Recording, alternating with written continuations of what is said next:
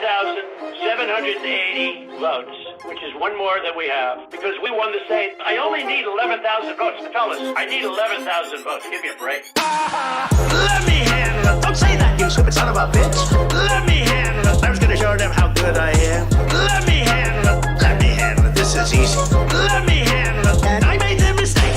Why would you give up a primetime show? My life was so simple, and then I did it, and look what happened. Now we gotta make it great again. Our country's embarrassed. The whole world is laughing at us. But is there any place better to be than a Trump rally? Crooked Hillary Clinton and the Democrats. How would you like to have her as your wife? What kind of a sick, perverted mind does that? Bill Clinton, he's living in fear. Other than that, how are things going? Global pandemic in the middle of the pandemic. Where's your mask? Where's your mask? You have to remember, where's your mask? Where's your mask? Where's your mask? Where's your mask? You have to remember that you're not supposed to get set up. Let me handle it. Don't say that, you stupid son of a bitch. Let me handle it. I was gonna show them how good I am. Let me handle it. Let me handle it. This is easy. Let me handle it. And I made the mistake. And a person who's very low key, depressed, does not treat fairly. She's really tough and she's really, really smart. Marjorie Taylor Greene. This is a simple meme that you would find on the internet, but this meme is real. The Green New Deal, surprise, it serves China and China only. You know, really what all this is going to do is help this man out the most. President Xi of China. It's sad. Really, really, really, really, really, really sad. China. It's sad. Really, really, really, really, really, really sad. Let me handle it. Don't say that, you stupid son of a bitch. Let me handle it. I was gonna show them how good I am. Let me handle it. Let me handle it. This is easy. Let me handle it. And I made the mistake.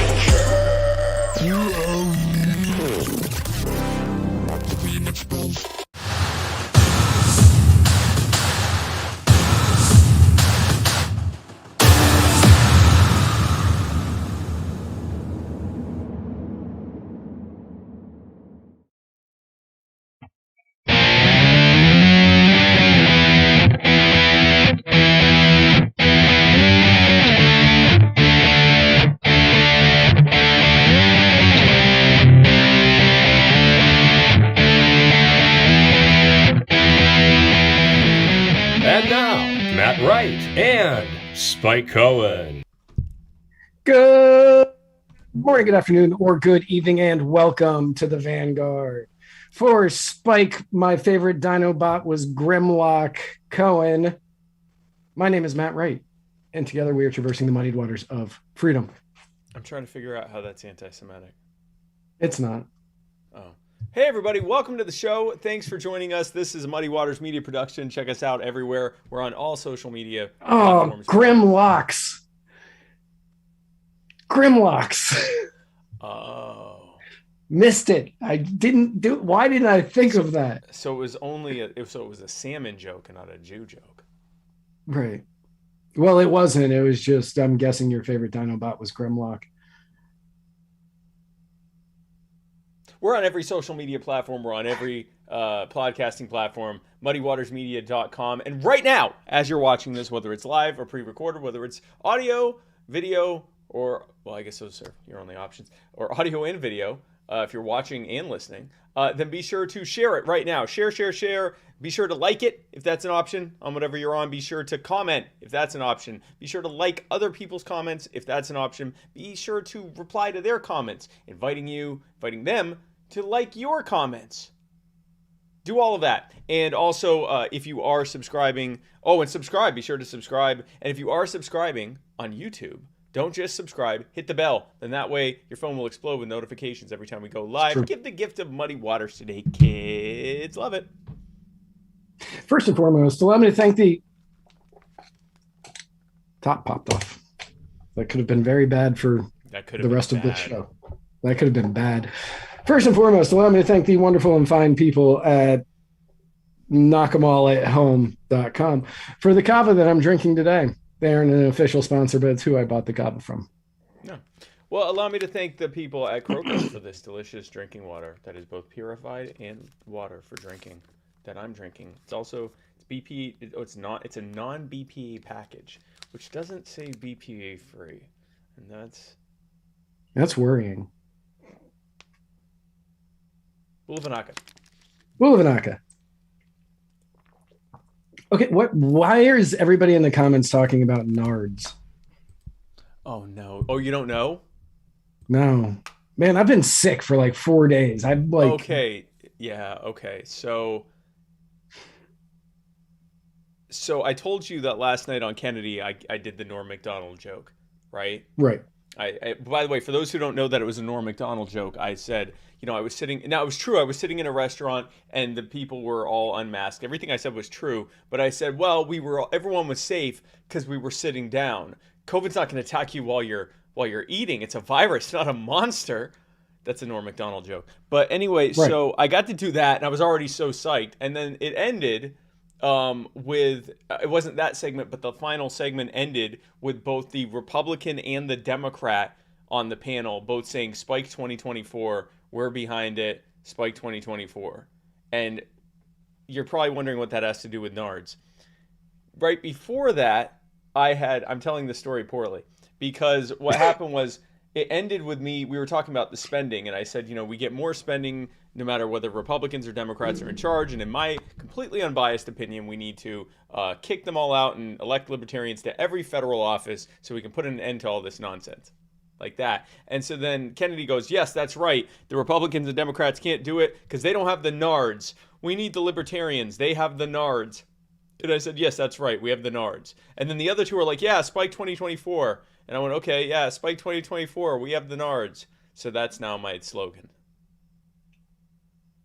So anytime I read that word or hear that word, the only thing I think of is Wolfman has nards.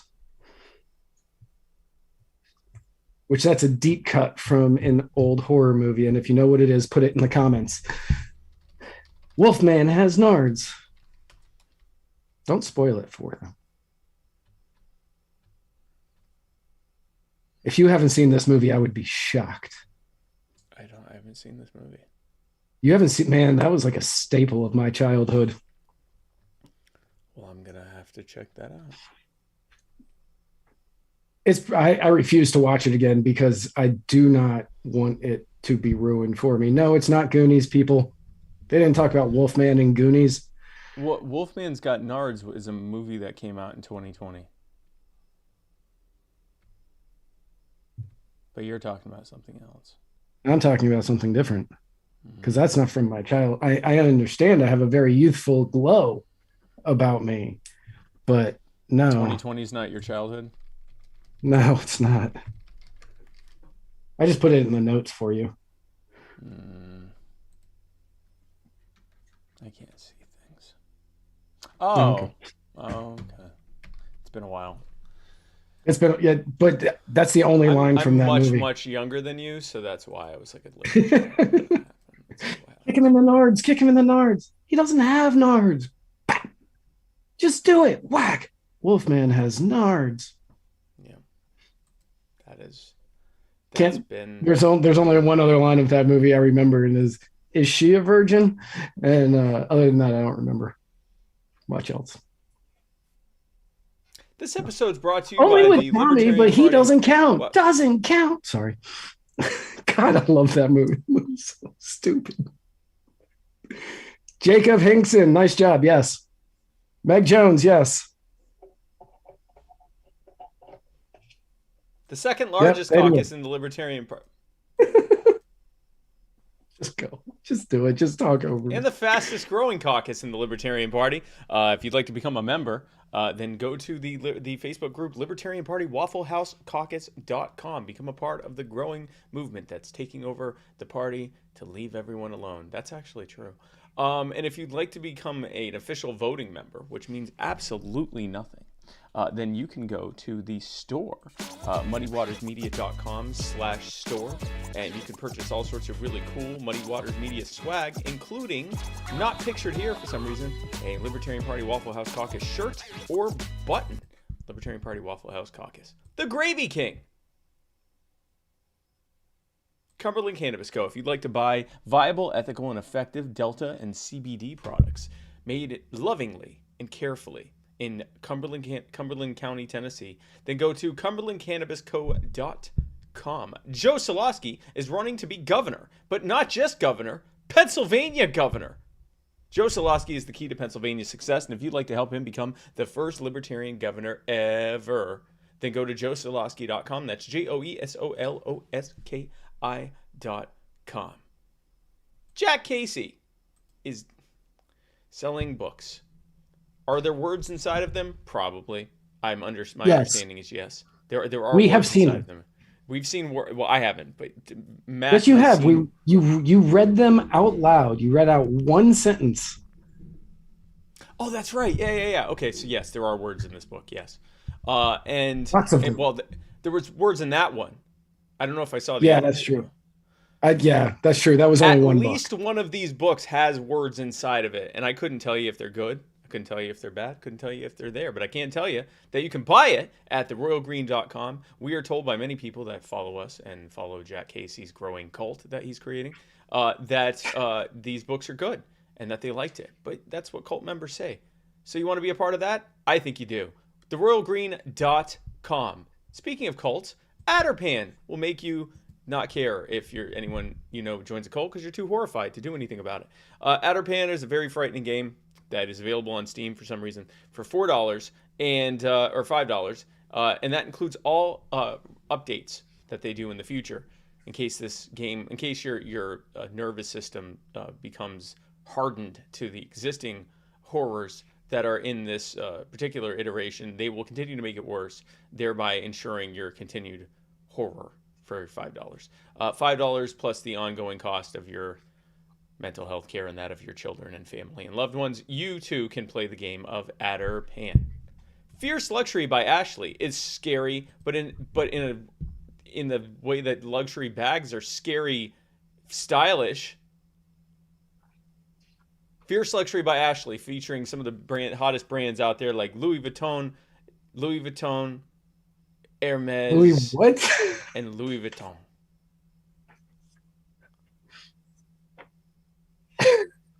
Louis Vuitton. So if you go to fierceluxurybyashley.com, Louis Vuitton, what am I saying wrong? Is it the way you're hitting that? Oh, that might be right. I have no idea how to say these things. That's how I'm saying it. All right. Keep saying it that way. You do you. Vuitton. You're Gucci. Vuitton. Oh, yeah, Gucci, too. They have Gucci. Gucci, Louis Vuitton, and Hermes. So if you go to fierceluxurybyashley.com or the exclusive Facebook group, Fierce Luxury by Ashley, you too can join the consignment revolution. If you consign with her, it's only 30%, which is 20% less than everyone else, ever. She solely is charging 30%. Fierce Luxury by Ashley. Thomas Queter is fierce and luxurious too. Thomas Queton. Thomas Queter is running for state senate. He says, I run better than Albany. And that's funny. You know why? Look closely. He's in a wheelchair. Huh? If you go to Tom for 52, he's running to represent the 52nd district in the state senate in New York. And I couldn't be happier to endorse him and to support him. Thomas Queter runs better than Albany, which is incredible because he's in a wheelchair. He's a great guy, incredible guy. You should help him in everything. He's great. I love him more than anything. Tomfor52.com, TOMFOR52.com. Hey. Hi. Oh, also, Defy the Power and Stitches and Glitches. Hey, Matt, did you know? They sell tumblers. You go they to do Defy still. the Power. Yep. Defythepower.com/shop. They have libertarian tumblers. Stitches and Glitches sells everything else. They have light up tumblers. They have dual use tumblers, which are not bongs because they're dual use tumblers. That's right. Very high quality. Matt and I both have them. Mine's in the kitchen, so I don't. Do not put them in the dishwasher. And if you Spike, don't put them in the dishwasher. And all customizations are free. You can get any customization. It's insane. Yeah. Any customization you want to add is free. And if you use the code Muddy Tumbler in the coupon code checkout box or box at checkout, you will get 10% off your entire order This will expire The end of October this month. 30 on Halloween. On Halloween. So if you want to get your Halloween presents in early, go to stitchesandglitches.com or to defythepower.com and use code MuddyTumbler in the coupon code today. Not right now, after the show. After the show. Unless you have another device and aren't going to promise you won't get distracted, you can go ahead and do that while you're listening to us. With the free customizations, and you can add basically whatever you want, how could you not get distracted? Oh, wow, yeah. I mean, how free customization, and if you see like how they make stuff, go buy a tumbler. This thing is solid. This thing, I will never need another tumbler in my lifetime. Ever. They've brought us tumblers that have like a Waffle House on it, and then deer, and then there's like lights, LED lights all around it. I mean, like it's. Oh yeah, insane. they have a Christmas one coming out for the Waffle House party. The Waffle House Libertarian Party Waffle Caucus.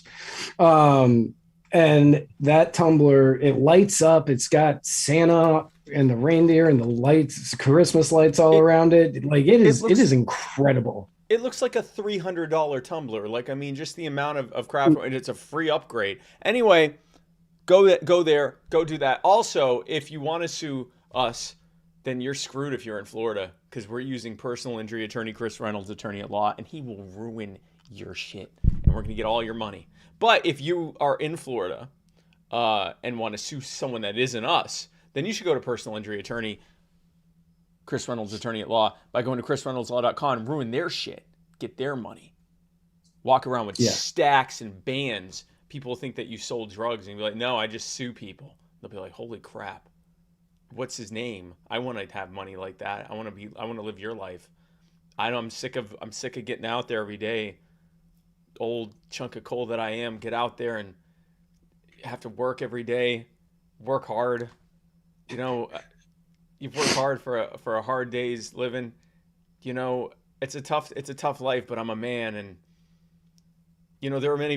I got a story that I got to tell people. It's related to personal injury attorney Chris Reynolds, attorney at law. I'm not going to tell it. It's but you know it's got more setup than I think we want. But it's you know, you're out there, you're struggling to make ends meet, and you see someone and they got just bands like this, thicker than this, just pretending that they're on the phone.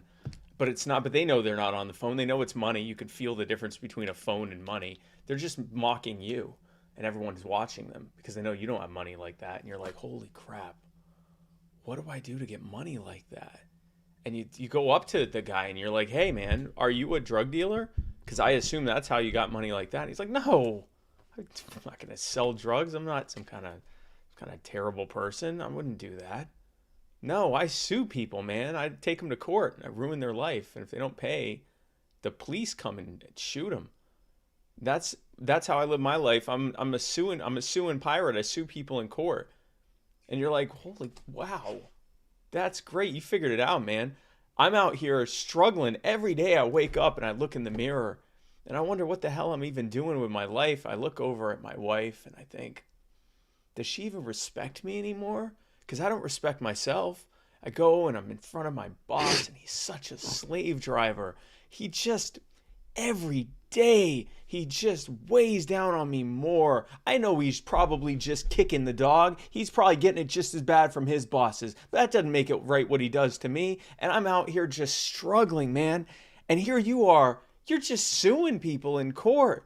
I want that life, man. How do I do that? And he goes, you call personal injury attorney Chris Reynolds, attorney at law. And you go to his website, chrisreynoldslaw.com, and then you can sue people like this too. And that's what you should do. Matt?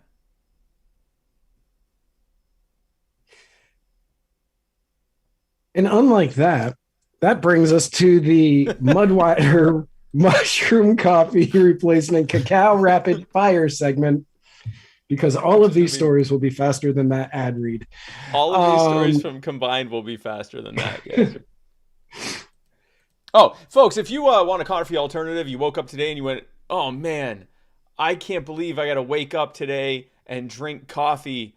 I look at my I look at my family and I think they probably think what a putz this guy is, that he's got to get up and drink coffee like this, exposing himself to at least 7 times more caffeine than is even recommended for his heart health. Why? So I can be chipper enough to get pounded verbally and emotionally by my boss, Grigory Reskbitashkevich, and in doing so, drive home to my own children that this is an acceptable way to make just a pittance of money, a crumb, just enough to barely keep the lights on. Well, folks, we have some fantastic news for you. You don't have to drink coffee. You could drink mud water instead. Mud water is a coffee alternative made of masala chai, cacao, mushrooms, turmeric, sea salt, cinnamon, and literally nothing else. It has 1/7 the caffeine that's in coffee. And I use it. So you can be like me. You can get just enough caffeine to get chipper like this. And but not so much that you end up having heart issues, which make you feel like this.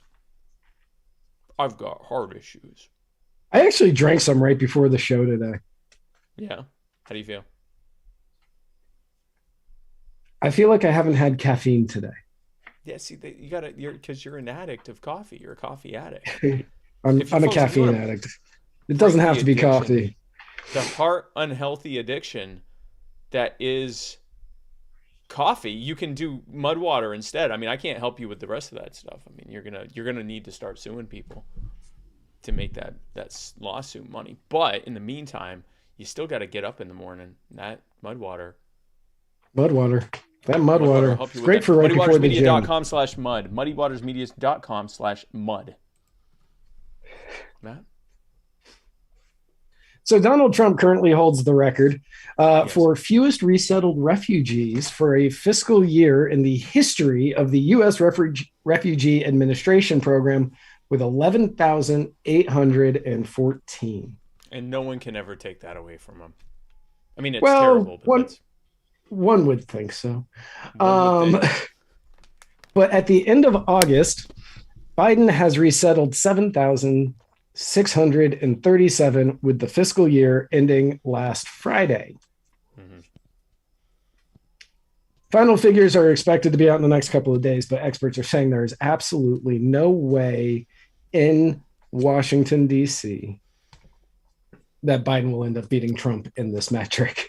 He doesn't have a snowball's chance on Capitol Hill.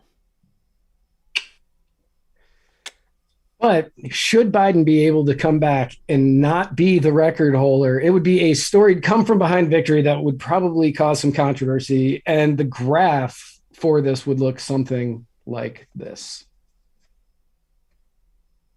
I don't have that. Hold on. Like, I just made me sit in that one for a second. No, I was looking. Hold on. Oh, yeah, I know I have that. Hold on. The graph. It would be an incredible come from behind victory. Victory. No one that would ever expect that. It would look like this. It would look so much like this. It would almost be unrealistic. It would make you question things. Yeah, it would make you question whether or not something wow, that happened. Illegitimate happened. You go to bed and the refugee numbers are way lower, and then you wake up. You're like, where the hell did and then all of a sudden, Biden's not in last place. Are you fighting origami? Yeah. Okay. So yeah. No, listen, everyone needs a hobby. Yeah. I made this during the ad reads. And even if he does, that's beautiful.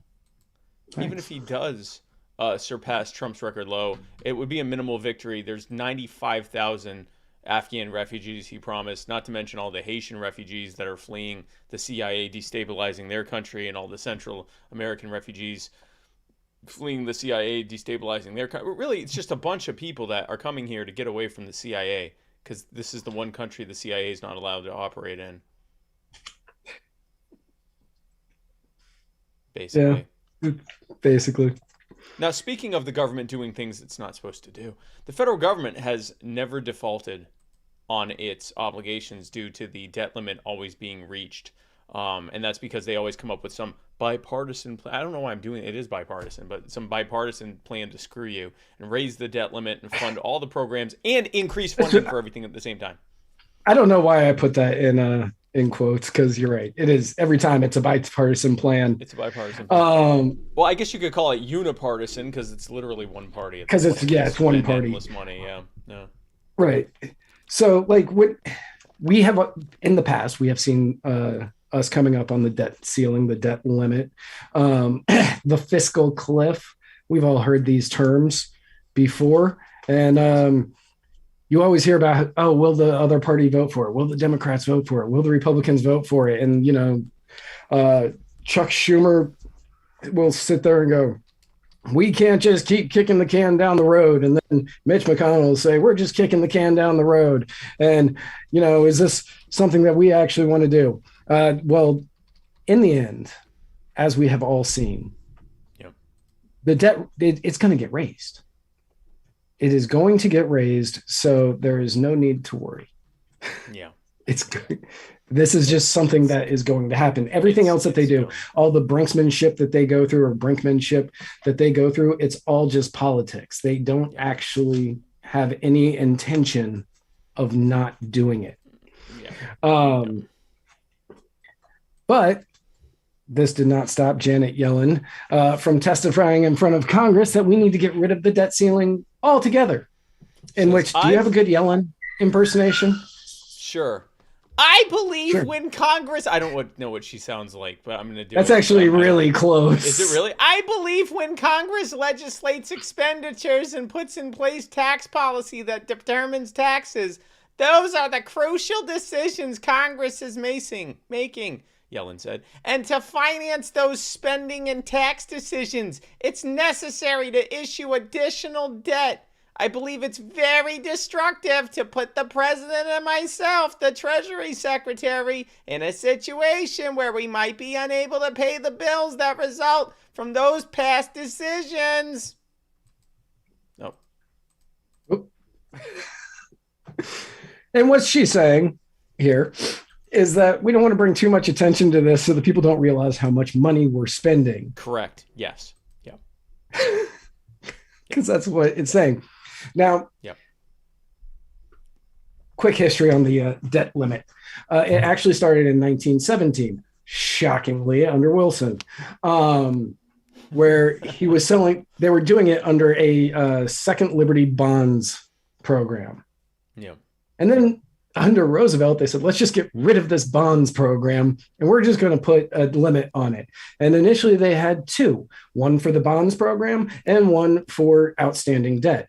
These were $20 billion and $25 billion, respectively. By the end of 1939, they said, let's just get rid of the two of these and make it one at $45 billion. Which was seen as an obscene amount of money to spend. Obscene amount of money. Yeah. Obscene amount of money. I'll tell you, because I did a lot of research on the debt limit this weekend, because I thought about doing a whole thing on it, but then changed my mind because it was boring. By 1943, it was already over $100 billion. Yeah. Because that's what government does when they can just have a blank paycheck. So, or a blank check, not a paycheck. Well, they do. But here we are, 90-ish years later, 92? No, 82. Yeah, less than 90 years. 82 years later. We have a debt limit that is $28.5 trillion, and we are worried about breaking it. Yeah. Now, keep in mind, if you do the math on that, now you're probably thinking, well, that's also just because of, the fact of inflation, that during that time, the U.S. dollar has lost, 98 or 90, I guess at that point, 93%, 94% of its value since 1939, which is true. But even if you raised 45 billion by 100, that would be 4.5 trillion. So the debt, they have been increasing our debt limit. Even once you factor in for inflation, it is six times higher than it was then. Mm-hmm. It's just 6 times. Yeah. It's pretty close. Almost 7. No, what am I saying? 7 times higher. It is almost 7 times higher, even adjusting for massive inflation that has happened during that time. Now, like, if you just take a look at the inflation that's happened this year, Yeah.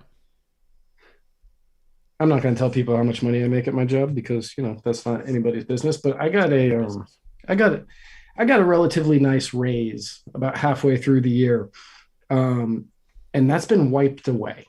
Yeah. I actually am making less money now than I was at the beginning of the year because of inflation. So they're going to constantly talk about the debt limit, and they're going to say, we need to raise the debt limit because, we've made these past mistakes, which they don't call them mistakes. They just say, I don't remember what she said. But we made these past, we have to pay off these bills from past things that we promised. So we need to raise the debt limit or else we're going to have problems. And the thing that they're always going to threaten first is this means that Social Security checks aren't going to go out. Veterans aren't going to get, their paychecks. But I am certain those would be among some of the first things that they did just to try to hurt people, to make them say, you need to get. They always put the safety net first, even though those things are supposed to be automatic spending. Why don't they put the discretionary spending on the table first? Get rid of all the discretionary spending, and then you can have the salaries, the pensions, and whatever else, have that paid and make sure everything else isn't being done. But they always put that first. It's they're going to raise it to the 30s. Both sides are going to claim victory. It's utter nonsense. It's never going to end. And like I said on Kennedy, we have to elect libertarians across the country because only we have the nards to fix this. The interesting thing about this is sort of a side note here, and this isn't in the notes, but the MMT people, the modern monetary theory people, have been saying, we need to print platinum trillion-dollar coins and use them to pay off the debt. And that won't affect inflation. We're just making trillion-dollar coins. Surely all the countries that have denominations that are in the trillions don't have high inflation. And it's like I told people, if they make these trillion-dollar coins, one day you'll use them to buy toilet paper. And they won't be made out of platinum. Now, people are wondering. I've had you'll be using these coins as toilet paper. Yeah, you'll be using them as the three seashells will be the 3 platinum coins. Yeah, scoop. Yeah, right. Yeah, the 3 seashells. Did you just? Was that Demolition Man? Yes. Well, that's what happened. Is it started with platinum coins, and eventually they ran out of those, so they had to use seashells. See, everything is becoming. Wasn't that like this year? Oh, what year did Demolition Man take place? Man year. Well, they're saying. Oh, Jacob, you don't know how to use the seashells? Okay, so what you do to use the seashells? Yeah. Oh, it was supposed to be 2032. So we got 11 years to go. Anyone who doesn't think we could be headed to seashells territory isn't paying attention. We're getting there. In order to use the three seashells, according to something that I saw on the internet, is you use 2 to as like oven mitts, we'll say, and you just pull, and then you use the third to scrape right along the side, and then you wash it off. Saves paper, got to save the trees. So the reason that they're saying that they need platinum coins particularly is because there's in the U.S. Code of Laws there's section, I think 5112, which says that the Treasury can print out platinum coins, but it says platinum proof coins of any denomination. Now, a proof coin is not supposed to be in circulation. A proof coin is a hobbyist coin. People can buy them. They can keep them as hobbyist stuff. They can't use it as legal. It's not legal tender. You couldn't, for example, use it to buy down debt or pay off debt or pay obligations or anything like that. So when they're saying that they can do this, there's not even any legal justification for them to do so. It's just getting them all excited. They're going to raise the debt ceiling. It's going to continue going to the roof. We're headed to $100 trillion. I remember when it was a big deal that it crossed 10 trillion. That was during the, I believe, Obama years. Just to put in perspective how rapidly this is expanding. It was either the Bush or Obama years. To which denomination? to $1 trillion? That was Bush. That was Bush. That was like 2003, 2004. Are you saying, yeah, $10 trillion? It might have been Bush. 10 trillion? Yeah, 10 trillion, I think, was Obama. So Obama was 10 trillion and then 12.5, and then that took it up to the 17 that we re-upped in 2017 to the 28.5 that it's at now. Putting it in perspective, we could hit 100 trillion by the end of Biden's second term if he were reelected, or the beginning of or the end of whoever's first term if he's not reelected. Like, that's where we're headed if we don't get libertarians in there to fix this. It's not going to change. It's just going to keep going. So Lieutenant Colonel Teresa Long. This was actually real quick. This was for anybody who watched last week's episode. We had an anchor call-in moment from Jimmy Lee. Yes. From Jimmy Lee. And he asked if we had read this article, which neither one of us had because it came out the day of the show and I had stuff to do. So I did not catch this article, but I told him that I would look into it and we would talk about it this week in order to answer his question.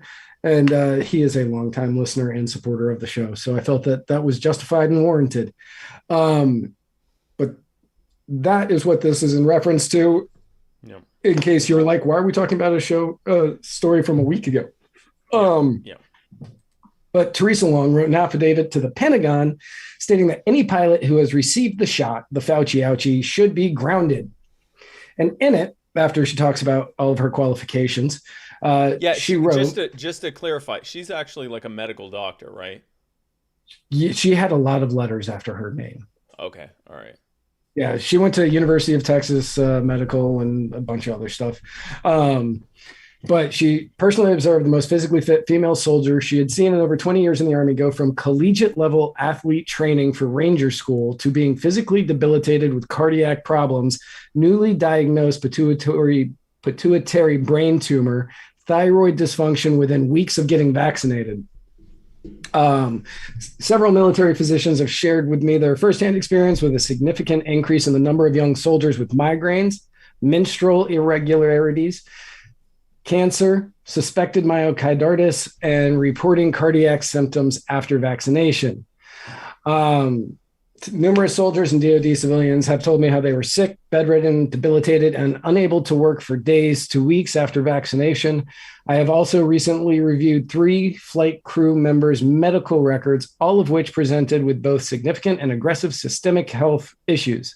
Okay. Today I received word. Yeah, I know this is terrible. Today, I received word of 1 fatality and 2 ICU cases on Fort Hood. The deceased was an Army pilot who could have been flying at the time. All 3 pulmonary embolism events happened within 48 hours of their vaccination. I cannot attribute this result to anything other than the COVID-19 vaccines as the source of these events. Each person was in top physical condition before the inoculation, and each suffered the event within 2 days post-vaccination. Correlation by itself does not equal causation. However, significant causal patterns do exist that raise correlation into a probable cause, and the burden to prove otherwise falls on the authorities such as the CDC, FDA, and pharmaceutical manufacturers. I find the illnesses, injuries, and fatalities observed to be the proximate and casual effect of the COVID-19 vaccinations. And because of this, all pilots who are getting the shot, she is recommending be grounded. All I can say is I hope she's wrong. I hope I don't know if she's right. I don't know her credentials. I don't know how well vetted this is. I just hope that's if her credentials are as good as what is in the affidavit. She is a learned doctor who knows her stuff. Now, this is not saying that any of what she said is true. No. That it is caused by the vaccine. It could be the world's weirdest coincidence. Yeah. There's another world's weirdest coincidence that we're going to get into later. Just so happens. But it could just be the world's weirdest coincidence that this is happening right after these people are getting the Fauci ouchie. Not saying that you shouldn't get the Fauci ouchie. If you want to get the Yep. Fauci ouchie, get the Fauci Yep. ouchie. Everyone who wants to get it should get it, and there should be no limitations to how many you can take. Nope. You should be able to take the 3 that is now mandatory to be considered okay, or the 2 that were previously mandatory, Yep, or the 5 that's going to be mandatory in 2 months. In two or three more months. Yeah. The what's happening is new data showed that effectiveness of the vaccine dropped below 50% after a couple months. The increasing data that's coming out about natural immunity is that it is much more effective, which again, we're not advocating for people to get COVID. We're saying that if you have already had COVID, then anything that the authorities are saying you should be allowed to do if you get the vaccine should also apply to people who have gotten COVID, because they are likely to be far more protected than people who have been vaccinated. Correct. That's what we're saying. But that's terrifying. Like, where you have an army doctor going, anybody that's a pilot should be grounded, because if they have a pulmonary brain embolism from this while flying,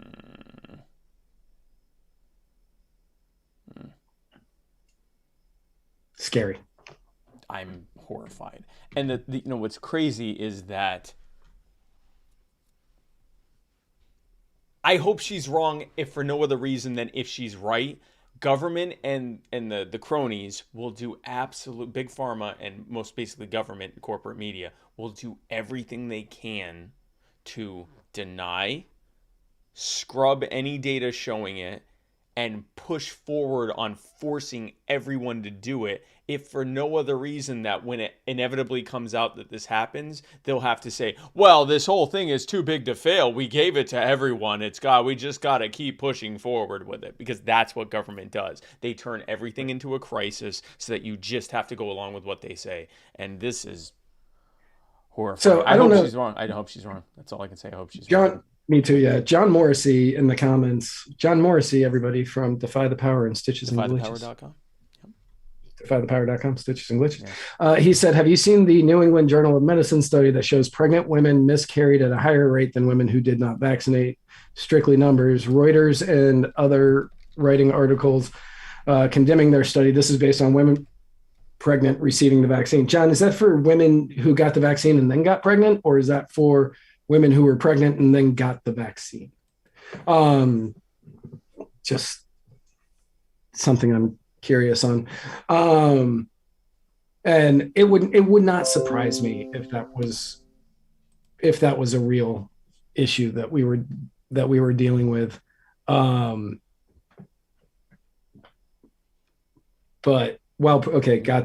got it while pregnant. Which I guess if you're not supposed to eat sushi or certain kinds of cheese while pregnant, I would not imagine injecting yourself full of different chemicals would be good while pregnant. Yeah, so this is I don't have time to look this over, but it was submitted to the New England Journal of Medicine. It says a correction has been published. The third sentence should have read among.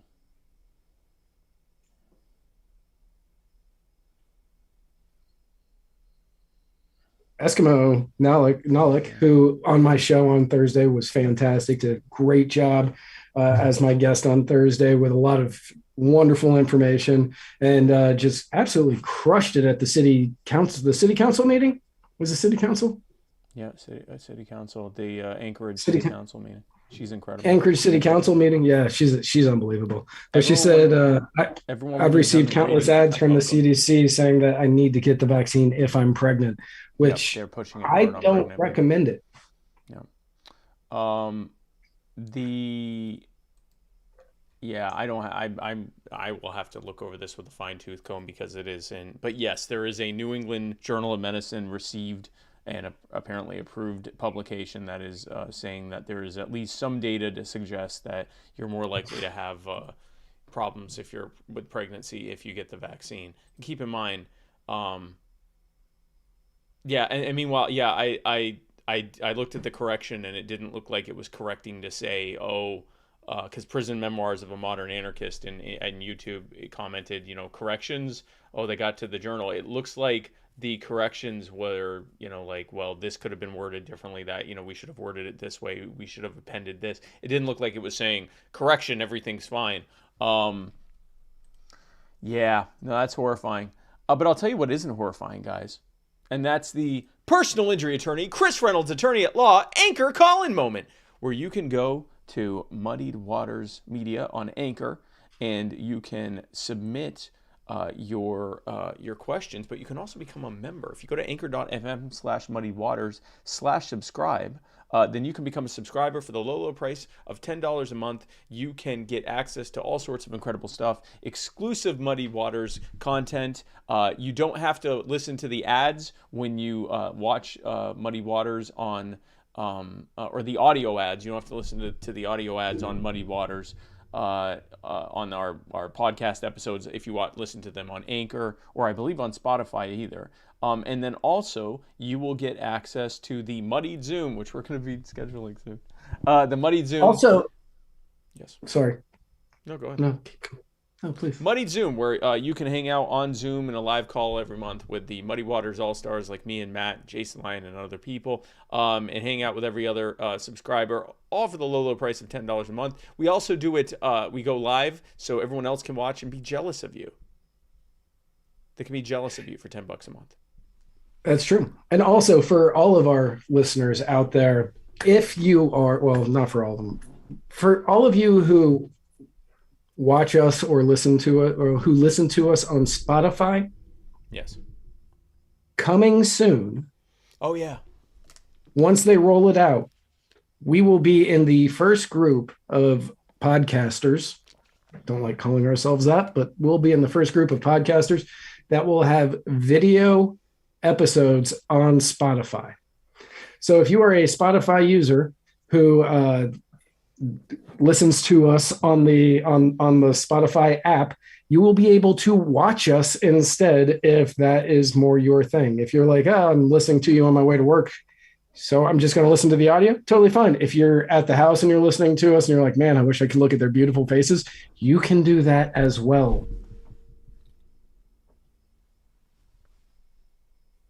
Without the use of YouTube. Without the use or of Facebook. YouTube, you can, or Facebook, or Twitter. So yeah, you can do that. But when you're on anchor.fm/muddywaters, you can also leave messages for the personal injury attorney, Chris Reynolds, attorney at law, Anchor call-in moment. And we are going to play those right now. Here, the first one is from Nullik. Hey guys, I'm calling in for the Chris Reynolds Anchor call-in moment, and I have a question for you guys. Didn't even try. Berlin just decided to, they voted to expropriate over 240,000 apartments currently owned by what they call mega landlords or private real estate companies and developers, and are turning them into socialized public housing. And I was wondering if you guys had any comments about that or know any more information about this. It seems like a lot of folks are excited about it. I don't know the details. What are your guys' opinion about this? And thanks, guys. Knowing nothing other than what you just told me, they're going to seize it from property owners for little or no reimbursement. It's going to end up costing more to operate them of taxpayer money than it costs for the mega landlords to operate them, and the quality of the housing will plummet.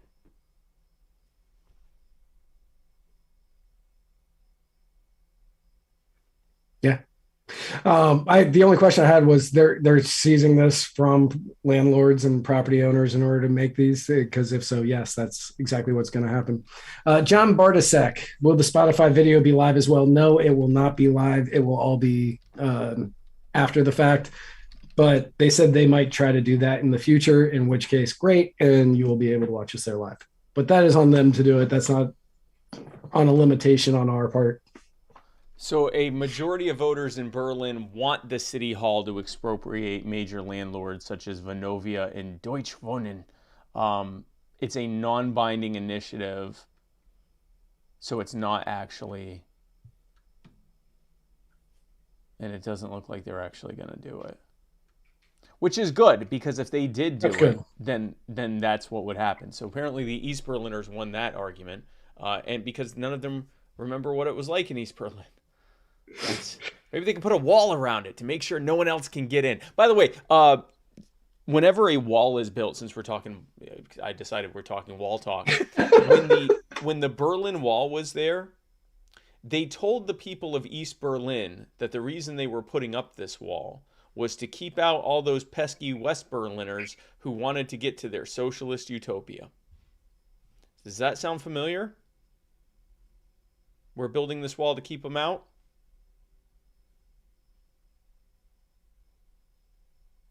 Did you know Yes. some fun Berlin Wall history? We almost hit World War III over opera tickets. No, I didn't know that. Yeah, so I don't remember all the details of it, but when the Berlin Wall was still up and Reagan was president, there was a deal between East and West Germany that and the rest of the world, that if somebody was an ambassador to Germany, you're an ambassador to Germany, East and West. Oh, to all of Germany. Okay, yeah. To Germany, yeah, you were just the German ambassador, and you could just move through the wall. No problem. You would just go to the checkpoint, be like, I'm an ambassador, whatever. Right. So West Berlin was the socialist one, right? Was the communist one? No, East Berlin. Yeah, technically both of them were socialist, but East Berlin was the Soviet one. Yeah. Okay, East Berlin. So East Berlin was having an opera that the American ambassador wanted to go to, and he bought tickets for. So he went to the wall, and he was like, here's my thing. And the guy wouldn't let him through. Would not let him through. He's like, no, you can't come in here. And he's like, no, we have a deal. We have an agreement. So, right. Whatever. So he calls up Reagan, who called up Gorbachev, and he was like, hey, you got to let my guy through. And while Gorbachev and Reagan were talking, the East Berliners had pulled tanks up to the wall because this guy was trying to get through. So the West Berliners, they started pulling tanks up, and American military started pulling tanks up, and they were waiting on approval to launch missiles because they wouldn't let the ambassador go see opera. Had that happened, that would have been almost as stupid as starting World War I over one guy getting firebombed in Serbia. I mean, that's... Well, actually, no, that would have been stupider, wouldn't it? Yeah. That would have been even dumber, but not much dumber. And that's not... I mean, I'm not going to get into that. That's not why that started. That's just what we were taught. Like the sinking of the Lusitania is how we got it. Lusitania is how we got into it, which isn't true. And the sinking that's of the not... Maine, and the sinking for the Spanish-American War, and the Gulf of Tonkin, 9/11, Pearl Harbor. It's pretty much all of them. They use a lot of boats. Yeah, no, it's always a boat thing. Well, 9/11. So, man, God. So for anybody who doesn't know, I've been working on a script for a subscriber-only episode for our subscribers, all about how Woodrow Wilson created Hitler. So I've been working on this for a while. So I've been learning so much about World War I, and Woodrow Wilson is probably, without question, the worst president we've ever had. Oh, easily. Yeah. But also, quite possibly, the worst person who's ever lived outside of Hitler. But if you take out the fact that Woodrow Wilson helped create Hitler. Yeah, no, I would call him the worst person who ever lived, because if you look at everything from the Great Leap Forward and the Holodomor and the Holocaust, pretty much everything after he was alive, he laid the groundwork for that. Yep. So, yeah.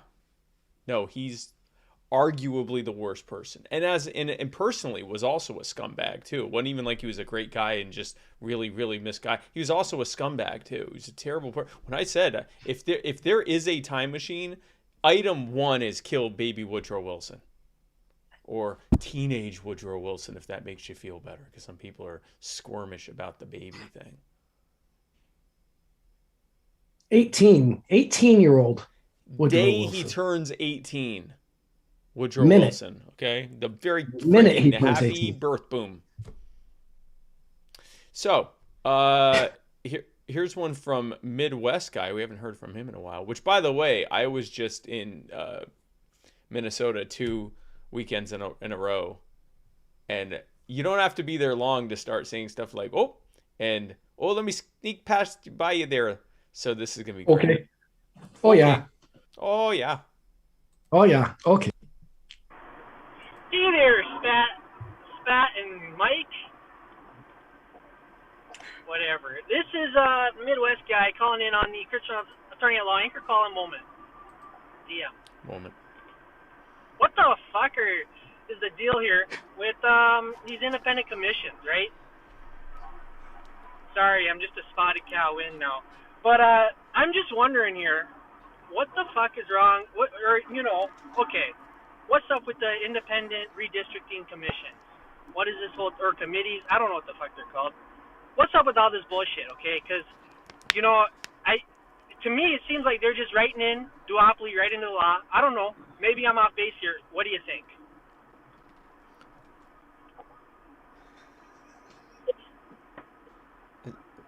I think you forgot to.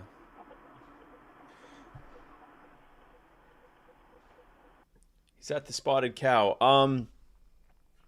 So I think he's referring to, in order to prevent gerrymandering, many states will take the decision on redistricting out of the hands of the politicians, where it's supposed to be, out of the hands of the legislatures, and put it in the hands of independent redistricting committees, which is basically gerrymandering with extra steps. They're given a set of rules, and inevitably they create the same thing. What is happening?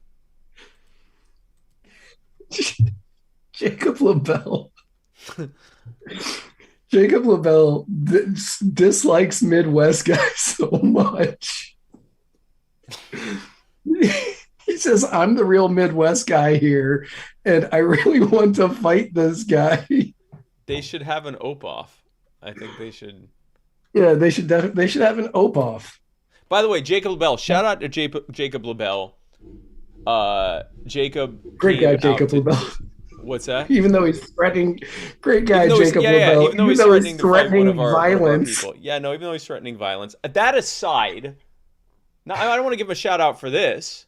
This is terrible. I don't know why he's doing this, but yeah, exactly. That's not very Minnesota nice of you there, bud. That's what Midwest guy says. So we're Minnesota nice is breaking down very quickly in the comments. But anyway, so outside of how Jacob's acting now, yeah, no, this is a whole thing. Oh, now Hannah Lay, out of nowhere. No, I'm the real Midwest guy. Fight me, eh? So we're going to let this simmer for a bit. And then in the meantime, so Jacob LaBelle came out, one of the original Muddy Waters fans, by the way. Jacob LaBelle. He's been around as long as I have. And I think he started watching right about that time. Yeah. Yeah, he kind of came in the same time I did. And so he came out to three of the events. Two of the events with when I was this past weekend in Minneapolis. He also brought me smoked fish, which I've already eaten. Thank you, Jacob. Well, yeah, he showed me what smoked fish he got you. He sent me a picture of it. And I thought, well, that's going to last all of 3 minutes. I ate it today, yeah. Oh, I'm glad you held out. So what happened was I already had smoked fish here. So I ate that first. Then today I ate that smoked fish. I'm surprised you didn't just caveman rip that thing open right in front of him and just right in front of him and eat it. No, do you know why? Do you know why? He came to the bowling event and they had brought me a giant smoked salmon salad, which was delicious. It was made at a place called A smoked salmon salad? Yeah, it was crazy. Oh my gosh, yeah, it was like a spring, like a mixed spring salad, and then on top of it was these just gobs of pulled smoked salmon, and it was all in it, and it was, holy crap, was that good. Oh man, it was probably like 7 times my daily recommended intake for salt, but man, was that good. Anyway, so yeah, these independent redistricting committees, it's basically gerrymandering, but they can say, well, we didn't do it. The independent districting committee did it. I say do it by a freaking computer program. Like literally just input what you want, put prioritization on having as diverse of a community as possible so that you don't have these racially segregated districts, which piss me off. And then also as contiguous as possible. So not these freaking weird shapes and stuff like that. And if you did that and you just plugged it in and let it make the thing and you went, okay, those are our districts, I think that would fix the problem. Also, if you made districts like that, you wouldn't have the Republicans and the Democrats creating their safe districts, and libertarians and others could actually have a better chance competing because it would be a more competitive district. So it would be great for everyone except the Republicans and Democrats. So here, I love Midwest guy. He's great. He's great. Midwest guy is great. And he pisses Jacob LaBelle off so bad. You're gonna make. He said he wanted to make it up to the cities, but he couldn't because he was pheasant hunting. Oh wow! I mean, that's as Midwestern a response, an excuse as possible. And responds. Connor Cudmore says we should gerrymander libertarian districts. Those would be oddly shaped, bud. Right. Bud. Like this house. And then we're going to skip 4. This house over 7 miles away. Then it would just be like tiny dots with little lines in between them. And it'd be like, there's a district. We'd probably still lose it.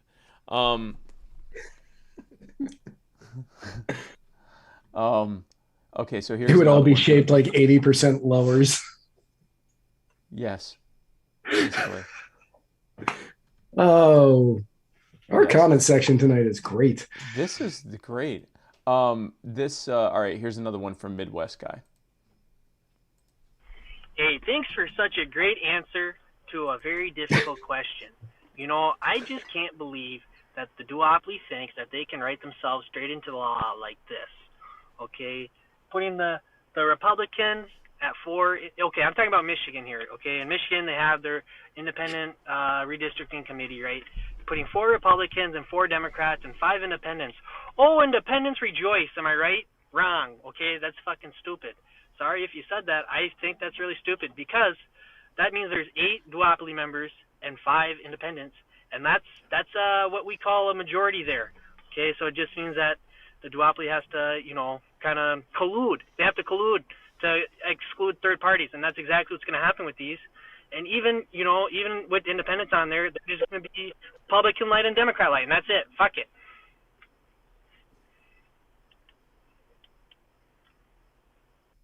I like that however long his question is, it goes the full 59 seconds. It goes the full 59. It doesn't matter. Yeah. If he's done 38 seconds in, we get 20 seconds of him driving, and I love it. No, you're right. That's basically what we just said. That's great. Man, I'm glad I didn't say those were good. Holy crap. Hate to be called stupid on my own show. By a Midwesterner of all things. But yeah, no, it's not.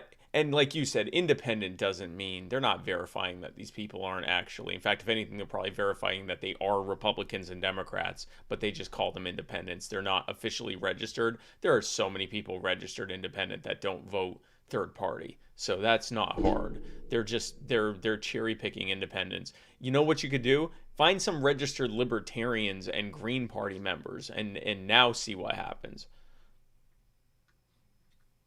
So now here's one from the Cajun Libertarian. Hey, Matt and Spike, Cajun Libertarian here. Your favorite personal injury attorney, Chris Reynolds, attorney at law, anchor calling calling on the muddied waters of freedom. My second favorite podcast, only next to the Cajun Libertarian Live. You should go check it out. I know that guy. Pretty cool. Anyway, public service announcement. If you are a parent that is afraid of attending your school board meeting in fear of being on a government or FBI watch list? Have no fear. You can employ me to speak on your behalf against government mandates, including, but not limited to, mask mandates for children and vaccine mandates for children. I will gladly do this for you. You don't even have to pay me. Just pay for my travel, lodging, and food, and I will gladly come to your town and speak at your school board meeting, considering I'm already a part of about a dozen government watch lists already. Thank you very much. The Cajun Libertarian signing off. Muddy Waters of Freedom. Yay, yay! Wow, that was a beautiful, that might be the best sign off we've ever had. Yeah, so yeah, definitely everyone should hit up Noel if they want someone to come and yell at their school board. So incidentally, there were these reports that the FBI was going out to deal with violent anti-maskers that are threatening people, implying, or not implying, explicitly making it seem as though there were actual violence and threats of violence. There has been none.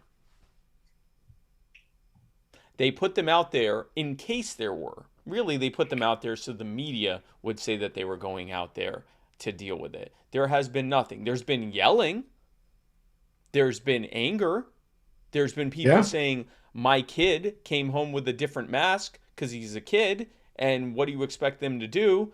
They are trading masks with their friends. This is doing nothing to slow the spread of the virus. In fact, your own CDC's, the CDC's own study on mask mandates demonstrated that there was no difference in the spread of COVID between the schools that had mask mandates for students and the ones who didn't, that didn't seem to make any difference at all, and that the real difference was by having more ventilation. That was really the only thing that truly improved slowing the spread, was having more air in the building, which would make perfect sense. You got to be careful what you're saying, Spike. Go ahead. Got to be careful what you're saying. You don't want to piss off Frances Haugen. Oh, no. Well, we'll talk about her. I don't want to have my whistle blown. Later. I don't want my whistle blown. By her. By what? By her. By her. By her. By her. But so, yeah, no, there is no threat. It's parents that are upset. And so now they're trying to go, oh, look at these violent anti-maskers. They're very upset. I've seen people upset recently and also yelling, and we weren't told that they were violent. Some of them were. Most of them weren't, though, but some of them were. Yeah. Some of them were. In this case, none of them were. None of them were.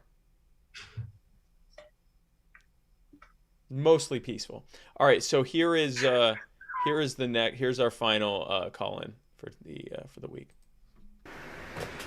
What's poppin', guys? So I went down to take a nap at like 2:30 for like an hour, and now it's 8 o'clock. But that's okay, because I could be exposed to my weekly radical content. Anyways, yes. I've been trying to convert a lot of my friends to, to embrace some form of libertarianism, and usually I can get them over on the drug legalization side and things like that, but when it comes to, like, lower taxes, gun rights, that's where I kind of just smack into a wall.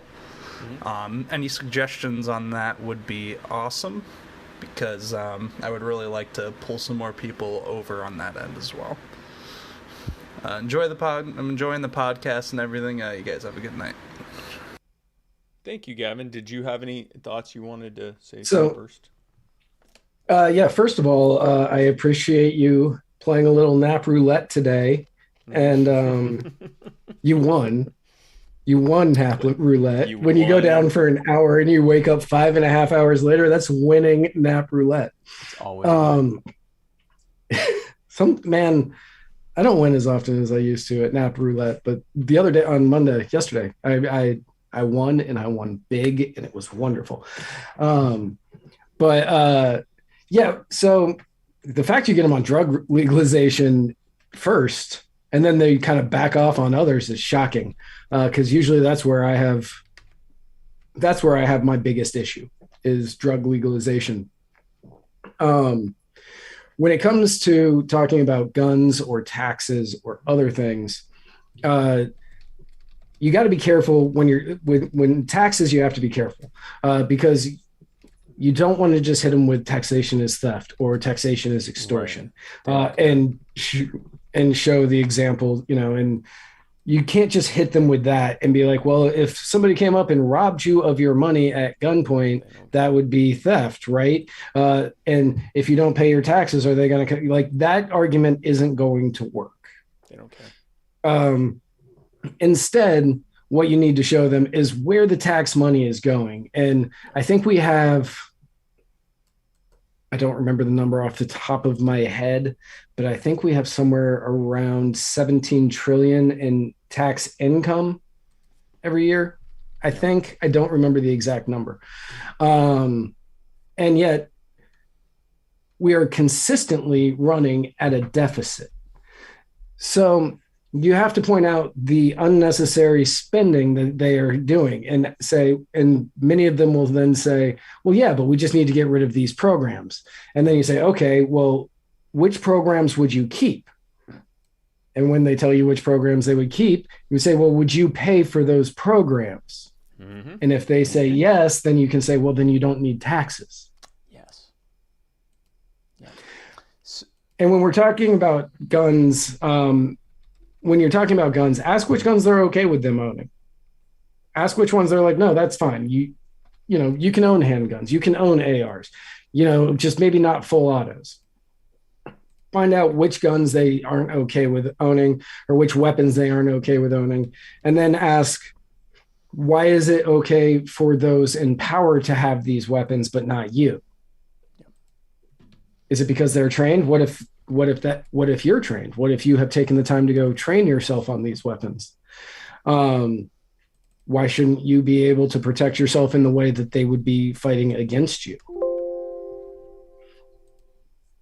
Like, always, you want to always bring it back to the why on why they believe that, and then try to show them where their why expands to include what they aren't including.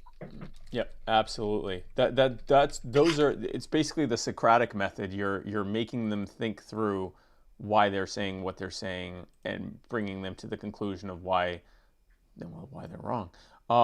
One thing I would say, so if you've got people that are cool with the drug legalization, not so much with the tax decreases and the gun stuff, it sounds like you're talking to people that are more on the left. And that's perfectly fine. There's nothing wrong with that. More than likely, someone who is on the left is primarily concerned with what they perceive as protecting the poor, the marginalized, the disadvantaged, those who can't provide for themselves and so forth. And so when they talk about raising taxes and, increasing spending and increasing programs, or when they see things like, gun control and reducing supply to guns, they don't see it as authoritarianism or raising taxes and this kind of stuff. They don't see it as authoritarianism. They see it as helping people who can't provide for themselves and making those people who can't pay for it. They see it as protecting those who can't protect themselves and getting rid of the what's that? I was way off. Yeah, 2020 was 3.5 trillion in taxes. Oh, okay. Tax revenue. I was way off. Yeah. So, they see this as helping people. They don't see it as hurting people. Very rarely do you have someone who's like, my policy is to hurt people. I want people to suffer. Screw people. So you have to, on gun rights, when I talk to people on the left, I talk about things like the Black Panthers. I talk about people like John Brown. I talk about people like, not Rosa Parks, Harriet Tubman. I talk about the fact that guns are the reason that all black people weren't rounded up and genocided after slavery was ended. Because had they not been able to defend themselves, that's what would have happened. There was more than enough people who wanted to do that, and they had more than enough firepower, and not because of private gun ownership. They were in charge of government. So had there been gun control, and if that gun control had magically been able to stop every private owner from owning firearms, which it wouldn't, it just would have stopped the poor and marginalized from being able to do so. If that had happened, every black person would be dead right now, or would have been rounded up and deported to somewhere in Africa or whatever. Or they would have been forced into. They would have done to them what they did to the natives when they would disarm them. They would have forced them into reservations where they'd be treated terribly. Every bit of every terrible outcome you can think of was prevented by the fact that black people owned guns. And it's this thing that, historians, left-wing historians have to dance around when they talk about the struggles of black people.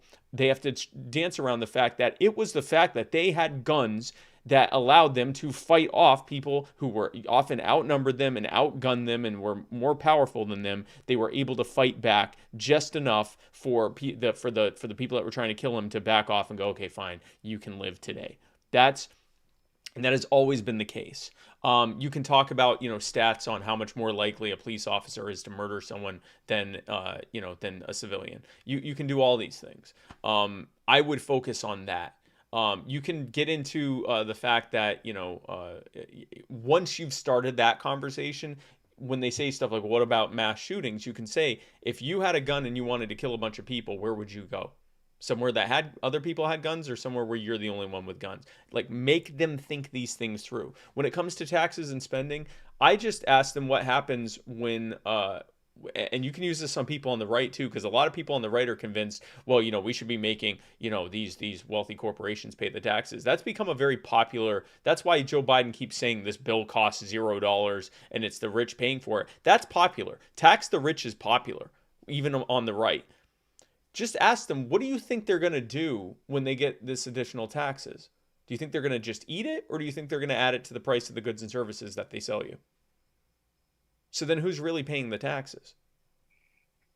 All taxation is not just theft, it's regressive. But like Matt said, saying all taxation is theft and extortion, once you start driving down that taxes are bad and how they're bad from like a utilitarian perspective, then you can start saying, and the reason they don't work is because it's extortion, and extortion will never work. But if you lead with that, people who have heard their whole lives that taxes are necessary, they'll go, well, yeah, it's bad, but how else are we going to fund stuff? And it's frustrating. Or the social contract. Yeah, the social contract, all of that. Oh, it's a price it's a membership fee to be a part of this society that I hate and am constantly it's the rent against. You pay to live in America. To live in America. That is a sentence I have said at some point in my life. Yeah, well, I'm sure you did. We all said things we regret. But what you can ask so much. If these are people that are protesting for things, ask them the stuff that they're protesting against, and whatever they say, you can say your taxes paid for that, and your taxes paid to protect the people who did that. So just make them, examine, and you can use the questioning method, like Matt was saying, Socratic method, to get them to do it. But from there, anytime you talk to someone, figure out their pretext, their concerns, and argue it from that. You don't argue someone who's on the left from a right-wing perspective. You argue them from their perspective, from what they care about. Same thing with the other side, too. So that will conclude the personal injury attorney, Chris Reynolds, attorney at law, Anchor Call-In moment. Thank you to everyone who submitted questions. Be sure to go to anchor.fm/muddywaters to submit questions, and we will answer them next week. That's right. Derek Ambrose put in the comments, what about my roads? And it reminded me, one, where we're going, we don't need them. But yes. We answer that. We answer that every Tuesday, roughly about 10 o'clock. But in Saturday Night Live's opening segment this week, where it's their 47th season opener, they have a new guy playing Biden who actually did a pretty decent job at playing Biden. And he's not like a huge celebrity, but they were talking about the Build Back Better plan and Manchin and Sinema not wanting to vote for it because they said it was too much. And Biden's like trying to bring the two sides together. And it was actually it was the first time that I thought Saturday Night Live did something that was remotely funny. But then at one point he goes, what about roads? We all like roads. And I died laughing, because I thought every libertarian watching this right now is like, no. And then Manchin was like, I love roads. That's where trucks live. And Sinema goes, no roads. And he goes, why not? And she said, chaos. Even though she was a massive reason. Yeah, they hit her so hard, and not even well, because she was a massive reason that the infrastructure bill got to where it was. She helped negotiate. Chaos. Give me a break. These people. Yeah. Saturday Night Live, when Norm Macdonald was I don't want to say that. Colin Quinn was, I think, the last good SNL Weekend Update correspondent. I wouldn't even say that, because he had the unfortunate event of following Norm Macdonald. Norm Macdonald and Dennis Miller, who were the two greatest correspondents back to back. I remember when Norm Macdonald took over for Dennis Miller, people were like, "Oh, poor Norm Macdonald. What's he gonna do?" And then meanwhile, he became the greatest Weekend Update correspondent ever. But Dennis Miller, who was, if Norm Macdonald didn't exist, Dennis Miller would be head and shoulders above. Well, he already was head and shoulders above everyone else, except for Norm Macdonald, who was even better than him. And now. And then Colin Quinn was good. Colin Quinn was good, and then after that, it's just been shit. Then you had Tina Fey and Amy Poehler did it for a while, and then now you have Colin Jost and Michael Che, and God, is it not good? No. Oh, and you had Seth Meyers in there. Seth Meyers did it for a little bit, and the only thing good about Seth Meyers was oh my God, what's that character's name? Stefan. I never watched Seth Meyers. I know he has a late night show now, but I can't be bothered. Yeah, they have. I did. But yeah, Stefan was great. Yeah. Here is what happened. You okay? Is there someone outside my house with a flashlight? Oh, that's my wife. That was weird. Here is what happened with Saturday Night Live and late night and all of that. And it was actually Norm Macdonald who said this a few years ago. The Daily Show with Jon Stewart. Jon Stewart was a comedian who also had very strong political opinions. Oh no, it's a headlight. Had very strong political opinions, and he carried The Daily Show. Now, Jon Stewart was definitely center-left. He was definitely on the left. But he also was willing to... He was not partisan in the way that we see now. Like, he would easily criticize Democrats and Republicans and everyone else. And he was actually funny, and he was smart and knew stuff. Even if you didn't agree with him on everything, he actually followed the news and had a formed opinion about it. And he revolutionized, and The Daily Show revolutionized the fact that now a majority of people were getting their news from comedians. Up until then, that wasn't the case. Norm Macdonald would say, and now the fake news. And it was like literally like, this is not news. Don't take this seriously. Jon Stewart was like, we're going to do it in a funny way, but take it seriously.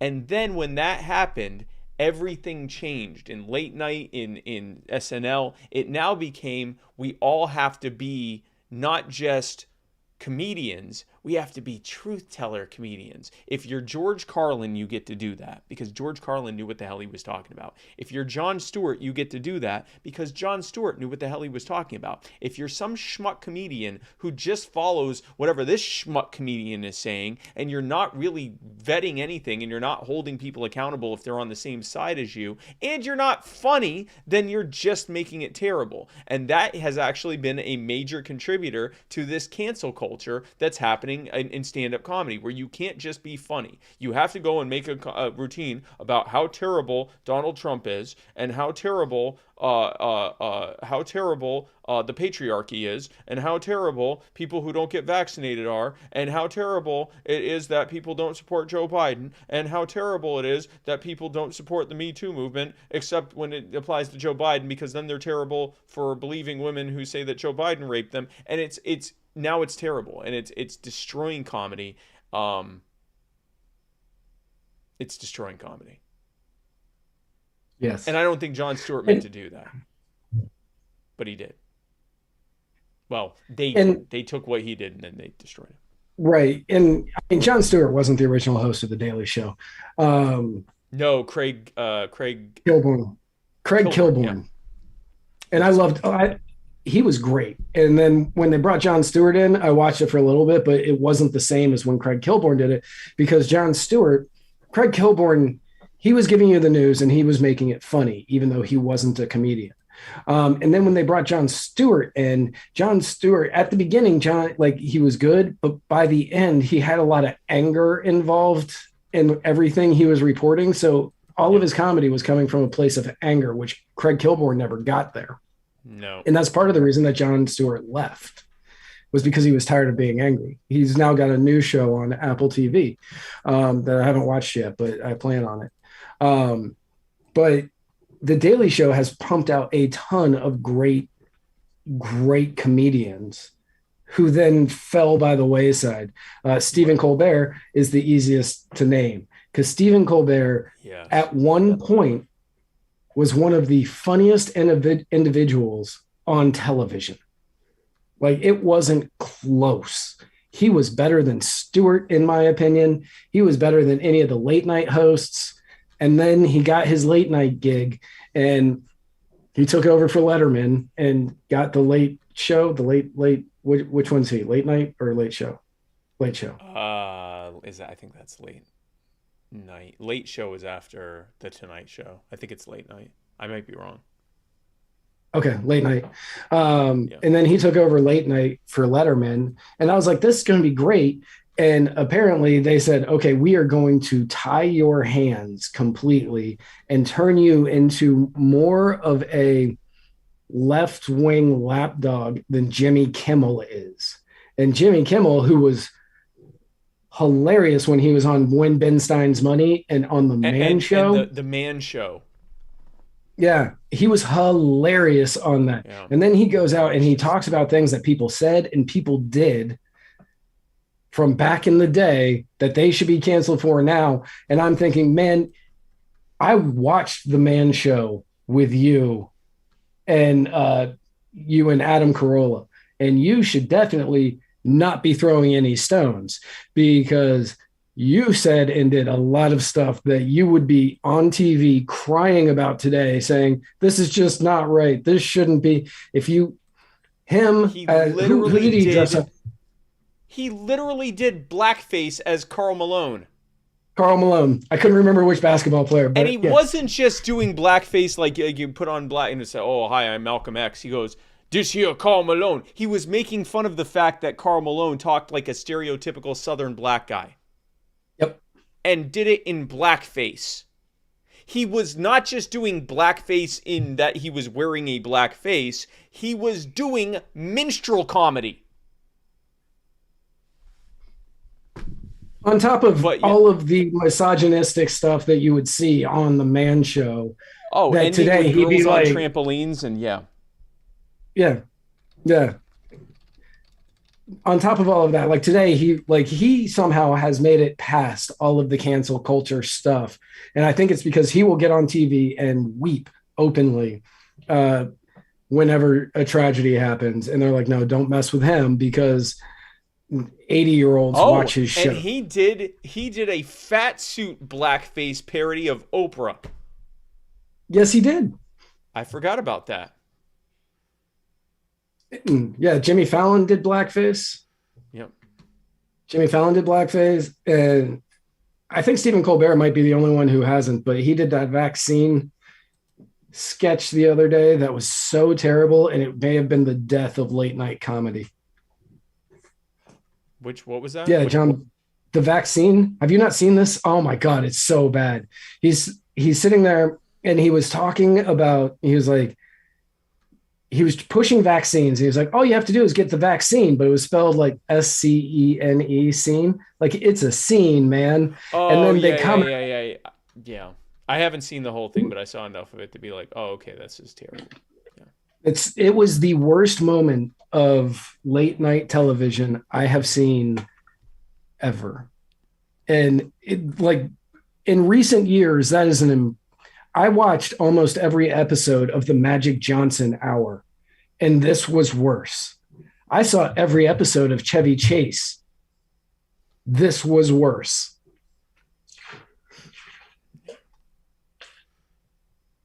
Yep. And honestly, if Jimmy Kimmel gets canceled for it, good. Good. He deserves it. If they get canceled for this, good, because they're the ones pushing this the hardest. They're the ones putting that corporate smiley face on it. Good. You know, Good. hung by your own news. Hoisted by your own Hoisted by your own petard. Hoisted by your own petard. So speaking of Facebook, I mean, this kind of is about that. You know, in case you were saying, well, that's okay because I'll just go to social media where I'm only lightly censored. Surely they're not going to make it worse. And you know what? I heard there's a whistleblower, and I bet she's out there fighting for our rights and letting us be able to speak our mind. That's what a actual whistleblower would do instead of a plant for the DNC and probably Mark Zuckerberg himself. So certainly that's what's happening, right, Matt? Yeah, you know, that would be my definition of what a whistleblower would do. So over the weekend, the Facebook whistleblower Frances Haugen took the world by storm. And she appeared on 60 Minutes to talk about the atrocities being committed at Facebook. Now, many of you are probably out there thinking, as if our very intelligent audience already doesn't know where this is leading, expecting someone who would be thinking it would be someone out there who is saying we're committing atrocities like censorship and silencing of political dissidents and, you know, trying to kick pages off that, you know, the hardcore left would want to see kicked off. You know, maybe somebody handled like copyright and trademark claims. And in the course of doing my duties, I noticed other things that were going on accounts. And that is why I came forward. Or, you know, might be saying other things that apparently I didn't upload the video for, because I think I was doing the upload while that was processing. But you'd be wrong. But you would be wrong. You would be wrong. Instead, she's saying Facebook has not done enough to silence people. Yeah. And end hate speech and controversies because she lost a friend to online conspiracies. And she doesn't want to see that happen to anybody else. Yeah. Now, and also, if you lost a friend to online conspiracies, it's because you're a shitty friend. Yeah, or they are. One of you is, or both. Lost a friend to online conspiracies. What that sounds like is they wouldn't agree with me on this thing, and so I blocked and I unfriended, blocked, and reported them. Yes. And Facebook didn't stop them from having that opinion. While I worked there. Because I'm very emotionally adjusted. Right. Now, from internal documents that she leaked to 60 Minutes, the stats say Facebook hasn't done as well as many of us would say it seems they have done. I don't have that either. Did I not upload that either? No, you didn't upload that. Let me double check.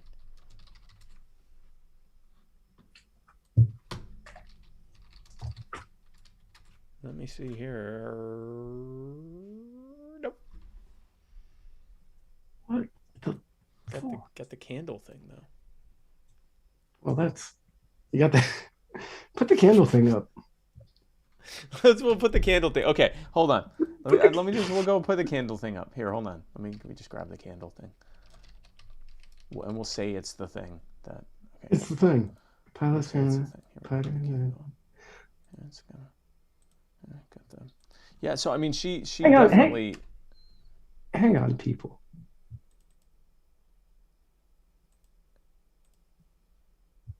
Holy crap! How big is a Rosa Trust there? Oh, it's big.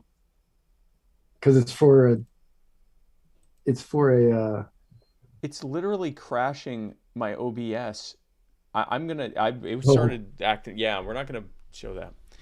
Yeah, so, don't do it. Anyway, so they're not doing well at the thing, at what she's saying they need to do. Well, that is stupid and awful. Project Veritas is now in the drive.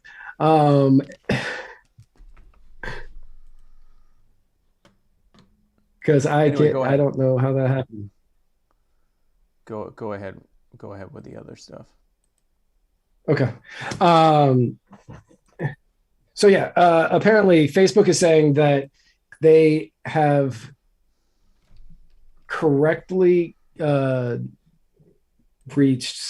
they've stopped 6% of all hate speech and violent. I didn't write any of this down because I was like, it's in the video.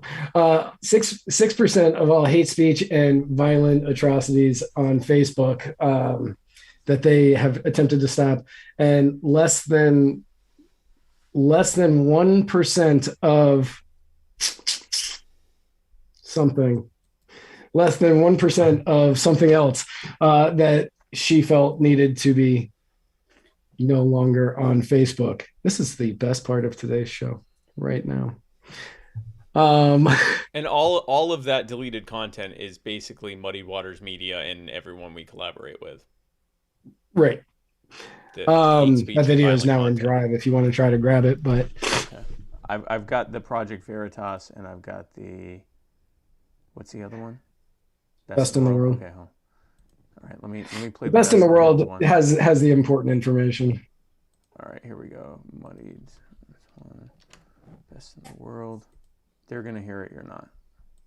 That's fine. Well, one study she found from this year. The things I need says, to know are. We estimate that we may action as little as 3 to 5% of hate and about 0.6% of violence and incitement on Facebook, despite being the best in the world at it.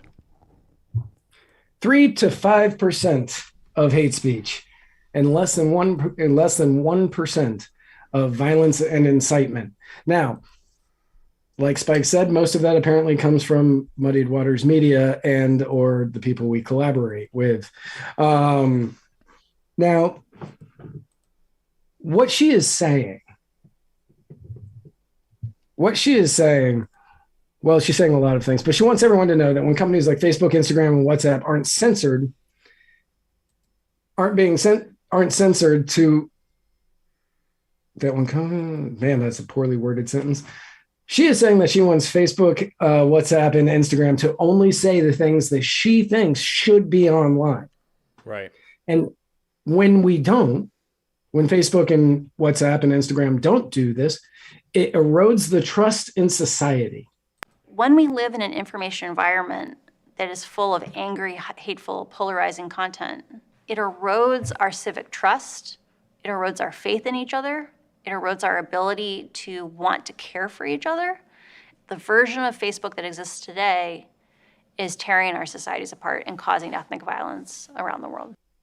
This is literally, she is upset that she lost a friend, or she gave up on a friend because they had an opinion she didn't like, and so therefore all of society is crumbling. This is the most white woman thing I have ever seen in my life. This is the most Karen nonsense I've ever seen. This is literally a woman who is saying, if you allow people to say things that I think are wrong, then society has failed, and so social media has to kick off everything that exists so that I can feel like everyone believes that what I believe and I'm not challenged on it. And that's violence. Francis is the new Karen. Yes. Which works out so well because that's Beto's middle name. Wow. I mean, it's spelled differently, but you know. I'm stealing that and tweeting it right now. There we go. Right. And the problem with what Karen Francis is recommending here is she only wants one line of dialogue to be allowed. She wants them to only say what Francis deems acceptable is acceptable. Literally her. Yeah, literally her. Literally her. Her. Some of the parts that we didn't get in here is where she talks about Instagram and how Instagram causes young girls to want to commit suicide because Instagram just feeds you photos of the photoshopped, airbrushed women who go to the gym and get collagen implants all day long, and it makes them feel bad about themselves. This is the same argument that I used to hear about beauty magazines.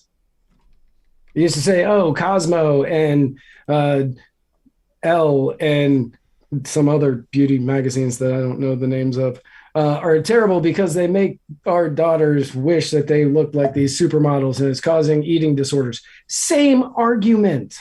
But today on Capitol Hill, when Ted Cruz was like, hey, can you explain to me where you got this data from? The woman who was testifying could not answer. She said, well, we have these 2 studies. And he goes, yeah, I'm assuming you have more than 2. And she goes, yeah, we haven't released those. And he goes, why haven't you released those? And she goes, well, because, and she wouldn't answer the question. And it's because those studies don't say it. They were only releasing the studies that do say it. Yeah, which is cherry picking data, which is what the conspiracy theorists are accused of cherry picking data to point to what they want, and yet they're literally doing that. They're suppressing data and not releasing data that doesn't back up what they're trying to say, even if that's the majority of the data. But we're not allowed to say that because that's tearing apart our society, and Francis is losing friends because they're allowed to have opinions and express them differently than her. And if you were to ask Francis, I don't know, let's say 18 months ago, to pick a random month, 18 months ago, if you were to say, hey, should I post that even though people say that you don't need a mask, but possibly it might be helpful for you to wear a mask, should I post that? She would go, no. If you post that, people will go out and they'll buy masks, and then the healthcare workers won't have them, and masks don't actually do anything.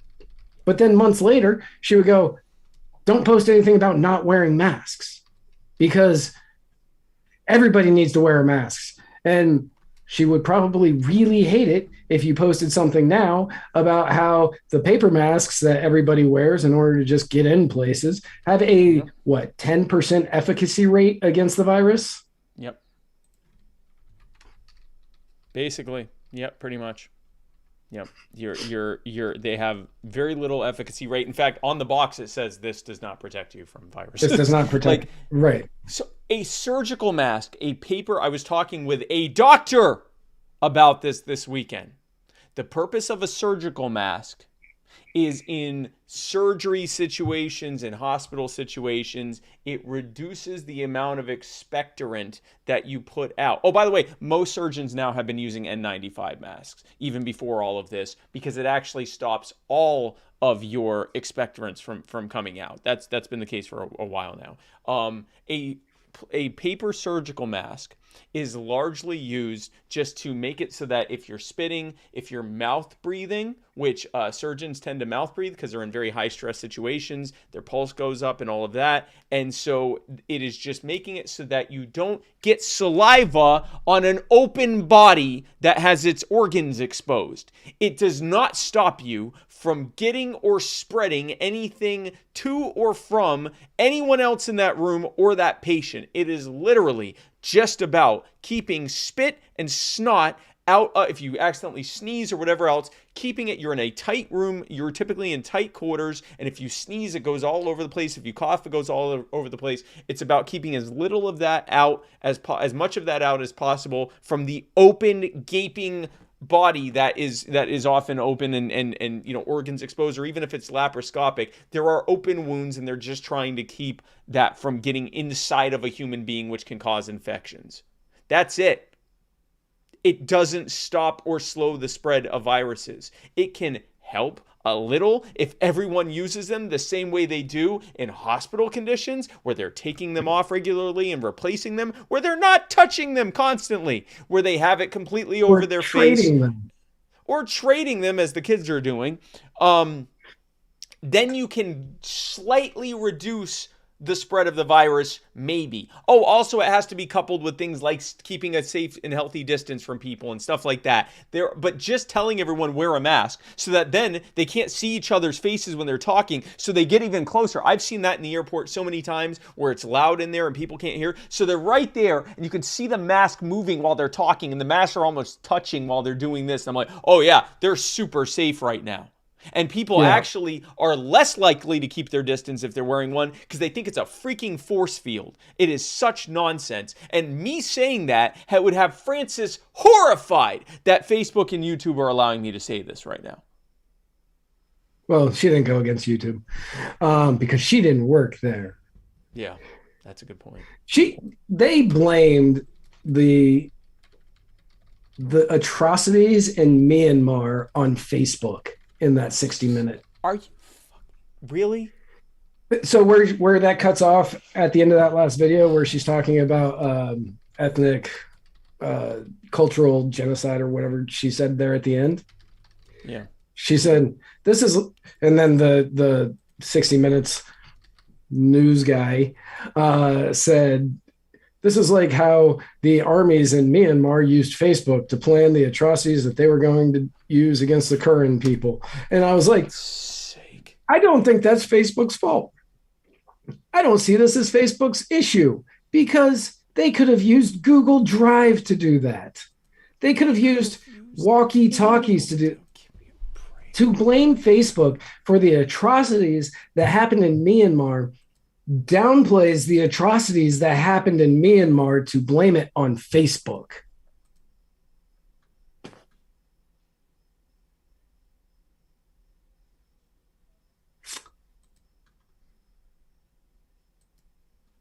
So forget about forget about talking about the monoclonal antibodies. Yeah. Thank you. I was like, I can never, that word always messes me up. Monoclonal antibodies and the efficacy of those treatments for people who have COVID versus the vaccine. Forget talking about any of that. Forget talking about any of the alternative methods that you see people talking about, like the ivermectins or whatever else, or the pill that's about to come out from Merck, which is, Pfizer-mectin. It's literally reformulated rebranded ivermectin so they can charge more. Yeah, that's what it is. Yep. Right. Forget about any of that. If you were to sit there and say natural immunity is better 3 weeks ago, she would be like, no, that person needs to be off. They are a dangerous individual. Kick that person off. And once Israel released the study, she would have been like, well, no, that person still deserved to be off because there was no way for them to really know that. What Francis is fighting for is not equality. It is not it is not freedom. It's not anything like that. Instead, she is fighting for more authoritarian tactics online. And because she is now protected by the Whistleblower Act, and because she's going to go in front of Congress, she went in front of Congress today to talk more about it, they are going to potentially at Facebook and Instagram and WhatsApp, that messaging app that you all use to send sensitive data back and forth. They're going to crack down across all of these platforms, and you are going to see a rash like you haven't seen before of people getting kicked off Facebook, just gone, pages gone, profiles gone. Yep. And it's because people like Francis, the new Karen, Francis, yep, don't want anybody out there to hear a dissenting point of view. Yep. And just some breaking news here. I'm looking at some information that's been brought to my attention. She has a long history of this. She's also working with Democrat operatives, and it appears that she's also working with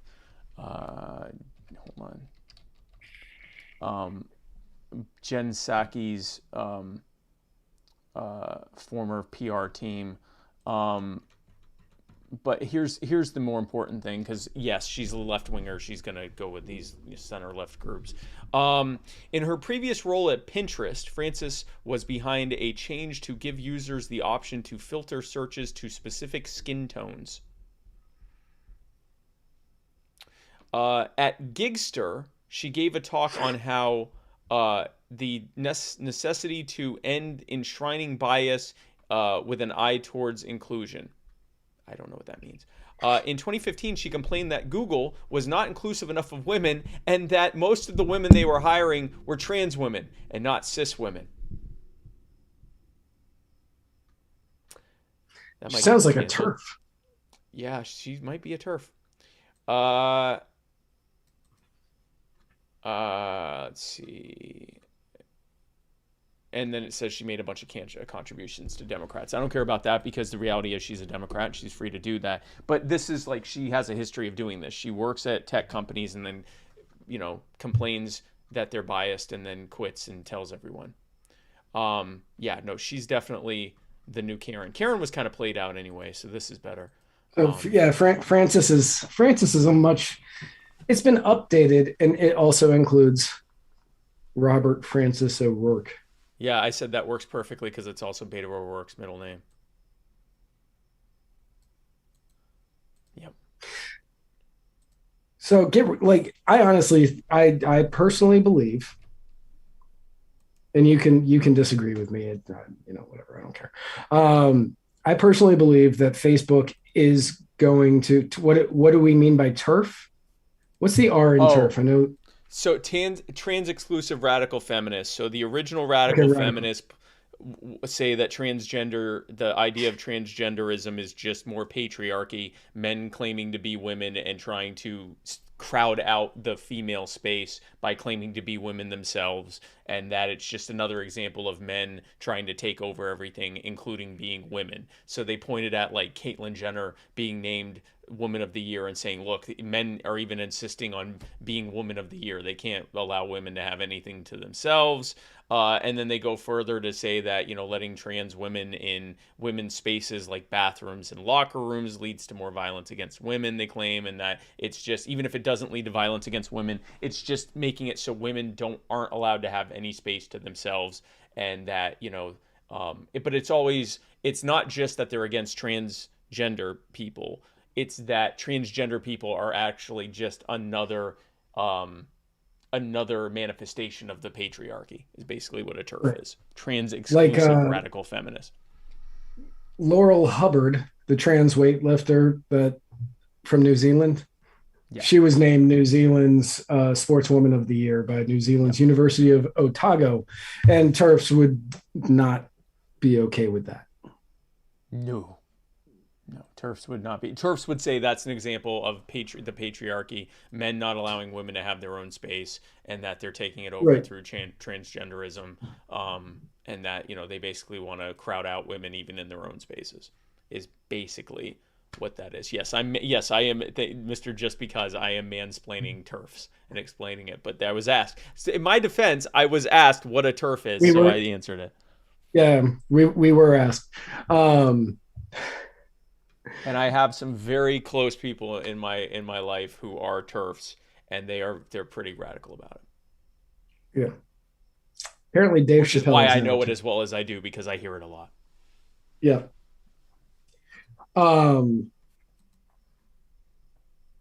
Yeah, J.K. Rowling was labeled a TERF. Yeah, anyway. I think that we're going to see a mass deletion of many pages. Yep. So if that's the case, for all of you watching us on Facebook, join us on Anchor and Spotify. Join us on Anchor and Spotify. You won't be able to watch or listen live, but you know where you can watch and listen to us live every day of the week? Float.app, FLOTE.app, float.app. We will never, ever be banned from there. Unless they get banned. But I was going to say, as long as Float exists, we will always be on there. Yes. We will always be on there. So if you can't find us and on Tuesday nights you're like, oh God, where do I go? Float.app. Find us there. We will always be there. And we are working on a way that we will be able to stream live to our page as well. So not to worry.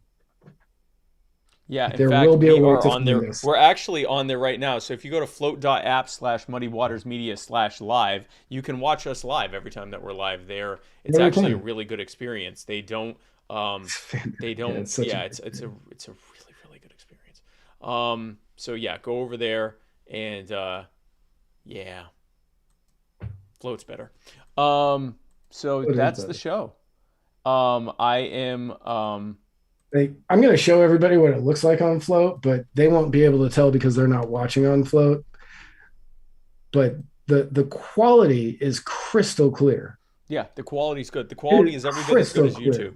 Yeah, it's better than Facebook. and also Midwest better guy, than YouTube. no, they do not have an iOS app for good reason. Kingsley Edwards, the founder, he came on and explained why they weren't going to have an iOS app. But if you go to float.app in your browser, you can create a shortcut on your home screen, much like I have done right here. Yeah, no, and it works just as well as using it on the app works, or on the browser. They've made it so it works you know how usually like social media, they make like a dumbed down version on the browser. It works great on a mobile browser. It's the same as the app was on the browser. So yeah, no, it's fantastic. And he also says You can also find us on Twitch like Midwest guy does, and it'll be a while before we're kicked off Twitch. Yeah, it will take a minute. Someone said, Avery Rumberger said, Spike, did you ever think about speaking at a university? I've actually spoken at a couple during the campaign. Not so much this year, but I gave a couple of commencement addresses by Zoom to some graduating classes over the summer. But yeah, I'm happy to speak. Happy to speak anywhere. Anyone who wants to come speak with me, reach out to me, and I can have them. I can come and speak at your university. So that is the show. We have good news. The good news is that tomorrow, my guest tomorrow on My Fellow Americans is Larry Sharpe. Larry Sharpe has just announced that he's running for governor. And yes, I know he's saying, I'm thinking of running for governor. That's the law. He has to do an exploratory committee and he has to word it a certain way. He's running for governor. Larry Sharpe is running for governor. And I'm excited. And we're going to have him on to talk about why he's running. And we got some other exciting stuff coming up with Larry too, but I can't tell you yet. And then Matt, you've got the writer's block and your guest on Thursday, and your guest, who's your guest? My guest is Nate Adkins, and you might be thinking you heard that last week. You did. And you would be right. You did. You definitely heard that last week. And for some reason, I blame Spike for him not appearing, but I can't say why. It's not Spike's fault. It might be Brian's fault. I'm not sure. Because Nate had to cancel last minute because he had an opportunity to speak at a candidate forum or something like that. Yeah. So I understand why he did it. Meanwhile, we had a fantastic weekend. Nate's a great speaker. He's doing a great campaign there. Then on Friday at 9:30 Eastern, join Noel and Nellick for Cajun and Eskimo from Bayou to Igloo right here on Muddy Waters Media. Then this weekend. Join me in Chicago. Wait, is it Chicago? Where is it? Where is this convention? I was just looking up Jason's next guest, and God, that's like Jack Casey level. OP Illinois 2021 State Convention. It's in Chicago, I think. I have no idea. Well, on the website, they have picked the two worst pictures of me and Justin. Anyway, it is. Did they pick the one of you from middle school with the middle hair part? The worst adult picture of me. They have picked. It's in Bradley, Illinois, which looks like it's about 45 minutes south of Chicago, or an hour south of Chicago, in Bradley, Illinois. And well, no, that's the hotel. Hold on. Where is the actual? Oh, so you're flying into Chicago. Where is the convention? I have no idea. I'm trying to figure that out as well. is the frickin'...